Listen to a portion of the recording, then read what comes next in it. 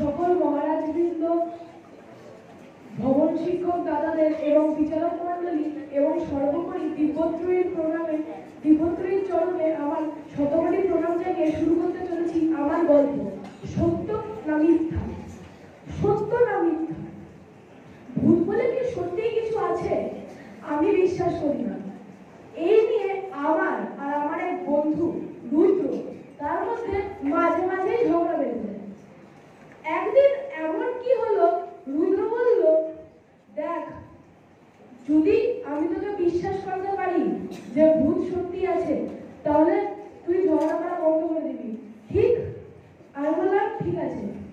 দিয়ে সেদিন আমাদের মধ্যে আরো কথা কাটাকাটি হয়ে রুদ্র নিজের কাজের জায়গায় চলে গেল। ও কাজ করতো রানীগঞ্জের এক কয়লা খনিতে।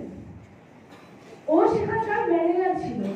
দুদিন পরে ওর চাকর প্যারেলাল ফোন করে বলল, বাবুর খুব শরীর খারাপ, আপনাকে বাবু একবার দেখতে চান।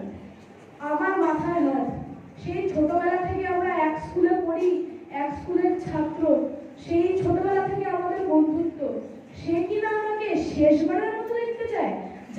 যেতে তো একবার হবে। গিয়ে নামলাম আসানসোল স্টেশনে। প্যারেলাল আমাকে এটা বলে দিয়েছিল যে আসানসোল স্টেশনের যেদিকে ট্রেনটা চলে যাবে সেদিক দিয়ে বাঁ দিকে গেলে 30 কিলোমিটার পরে নাকি তাদের এই কয়লা খনি। গিয়ে দেখি একজন মধ্যবয়স্ক লোক মাথায় হাত দিয়ে ফুপিয়ে ফুপিয়ে কাঁদছে। আমি জিজ্ঞেস করলাম, এখানে কি রুদ্র বসু থাকেন? তখনই সে বলে হলো, থাকেন না, থাকতেন। আমার চোখ দিয়ে জল গড়িয়ে পড়ল। বললাম, থাকতেন মানে? প্যারেলাল, আমি ঠিকই বুঝেছি যে তিনি ছিলেন প্যারেলাল। প্যারেলাল বলে উঠলেন, থাকতেন, কালকে তার দেহত্যাগ হয়েছে। আমি কাঁদতে কাঁদতে সেইখানেই বসে পড়লাম। কিন্তু প্যারেলাল আমাকে বলল, একদিন যখন এসেইছেন থেকেই যান। দিয়ে আমি কোনোভাবে নিজের ইমোশনকে কন্ট্রোল করে বললাম যে কোথায় থাকবো? তিনি বললেন, ওই রুদ্রর ঘরেই থাকবেন, আর কি। গিয়ে আমি যেই রাত্রি 9:30টার সময় রুদ্রর ঘরে বিছানা পেতে একটু শুয়ে আছি, প্যারেলাল রাত্রের খাবার নিয়ে এলো। খেয়ে দিয়ে শুয়েছি। কটা বাজে জানি না, পাশে হাত ঘড়িটা খোলা ছিল। রাস্তায় বারান্দায় চটি পরে হাঁটলে যেরকম শব্দ হবে, সেরকম শব্দ যেন বারান্দায় হচ্ছে। আমার অনেক খটকা লাগলো। হ্যারিকেনটা নিভিয়ে শুয়েছিলাম, সেটাকে জ্বালিয়ে দিয়ে বাইরে গিয়ে দেখলাম যে কি না একটা কেউ নাই, কিন্তু বাইরে খুব জ্যোৎস্না আছে। তাই হ্যারিকেনটা আবার নিভিয়ে শুয়ে পড়লাম। হ্যারিকেনটা নিভিয়েছি, আবার সেই শব্দ। এবার পাশের ঘর থেকে ধুমাধুম জিনিস পড়ার শব্দ আসছে।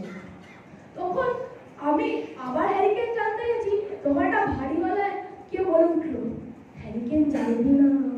আমি বললাম, কে? বললো, আমি তোর বন্ধু রুদ্র, তোকে দুটো কথা না বলতে পেরে আমি বাঁচছি না। আমি তখন হতবাক হয়ে বললাম, তুই কি ভূত হয়ে গেছিস?